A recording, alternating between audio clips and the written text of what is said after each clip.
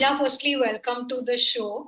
And this is an extremely different field, an unconventional field, like Formula 4 racing. But tell us something about your journey and what inspired you basically to step your foot in this industry. So back in 2009, my dad started a go-karting track in my hometown in Vadodara, and I was 8 years old. I was just there having fun with my brothers, and there was always this passion that I had in me, that was speed, and I was always fascinated by cars.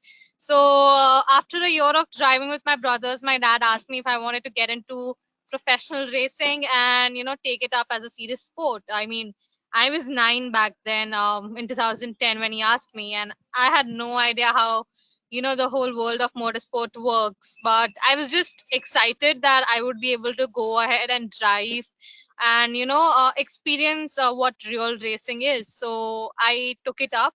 I went to see one of the national racing championships in Pune at that time, and that's when I saw that motorsports is a male dominated sport, and there are very very few females who are participating, especially when I went into racing. There was no other female in India who was racing with me, so that was something that motivated me more, that I want to continue this as a sport, and spread the word of females can actually drive as well, and also follow my own passion. So yeah, that's how my journey started. I got professionally trained for a week or so, and another, like total 25 days of training and practice. And I was there at my first ever national racing championship after that in Hyderabad.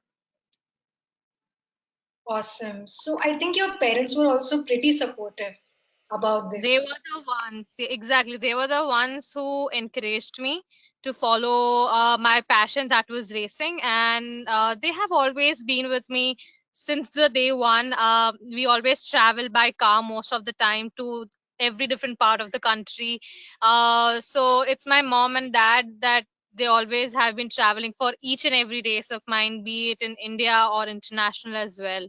And I think I'm lucky enough to have such parents who believe that uh, females can actually race as well, and they never really cared about what people used to say, that she's a girl, she's why are you spending so much behind her, because she's gonna leave one day.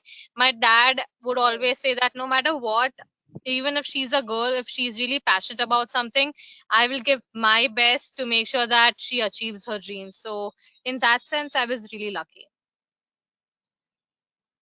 Awesome. So, when you're on that racetrack and, the race is just about to start, what are those feelings that a racer experiences? uh that feeling is totally different. It's very, it feels like home to me personally, because at the day I started racing, the first time I was actually on the racetrack, and just before the race was about to start, I was really scared because I had never experienced something like that before. And but at the same time, I was even more excited because this was totally new for me, and racing faster cars at a professional level racetrack. Uh, it was and surreal feeling for me, and after that it always feels like home to me. Every time I'm about to start the race, I forget everything else, because what I believe is I need to start my race, every race, as totally new.